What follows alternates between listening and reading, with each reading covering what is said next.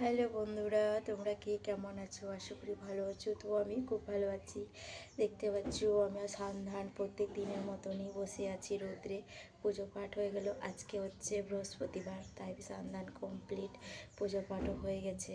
কারণ বৃহস্পতিবারে কিন্তু বড় কাজ একটা বিশাল, তাই না বন্ধুরা বলো? খুবই বিশাল কাজ। তাই আমি আজ ভোরবেলা উঠে নিয়ে সব কাজ টর্ম করে সেরে স্নান পুজো টুজো করে এখন একটু রেস্ট পেলাম। তো এখন একটু বসে আছি রৌদ্রর জন্য। তো রৌদ্র নেই, তাও বসে আছি বারান্দায়, যেটুকু রৌদ্র আসে সেটুকু বসে আছি। তো আজকে রান্না করবো মুসুর ডাল রয়েছে। তো আজকে কী করব, তো চল। এই যে মুসুর ডাল রয়েছে, দেখতে পাচ্ছ। আমি যদি আবার ঢালে দেখাই তাহলে জলটা পড়ে যাবে। তো দেখেছি মুসুর ডাল বাটিতে ভিজিয়ে রয়েছে, কারণ এটা করব আজকে কি জানো, আজকে সেরকমও কিছু রান্না করব না। তাছাড়া আজ একটা সিম্পলভাবেই করব, কারণ হচ্ছে মুসুর ডালটা বেটে বড়া করব। অনেক দিনকার করতে ইচ্ছে করছে। আগে গরমের দিন তো মটরের ডাল, ছোলার ডাল এগুলো বেটে ধোকাও খেতাম, আর বড়াও খেতাম বেশিরভাগটা।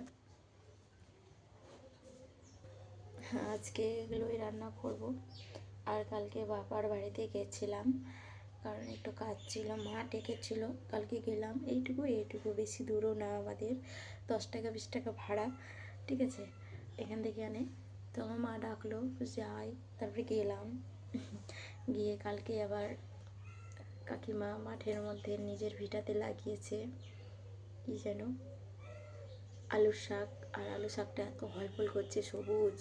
আমি বললাম, কাকিমা তুমি লাগিয়েছ? বলছি হ্যাঁ। তো বললো যে নিবি? বলছি ঠিক আছে দাও, বড়া খেতে ভালো লাগবে।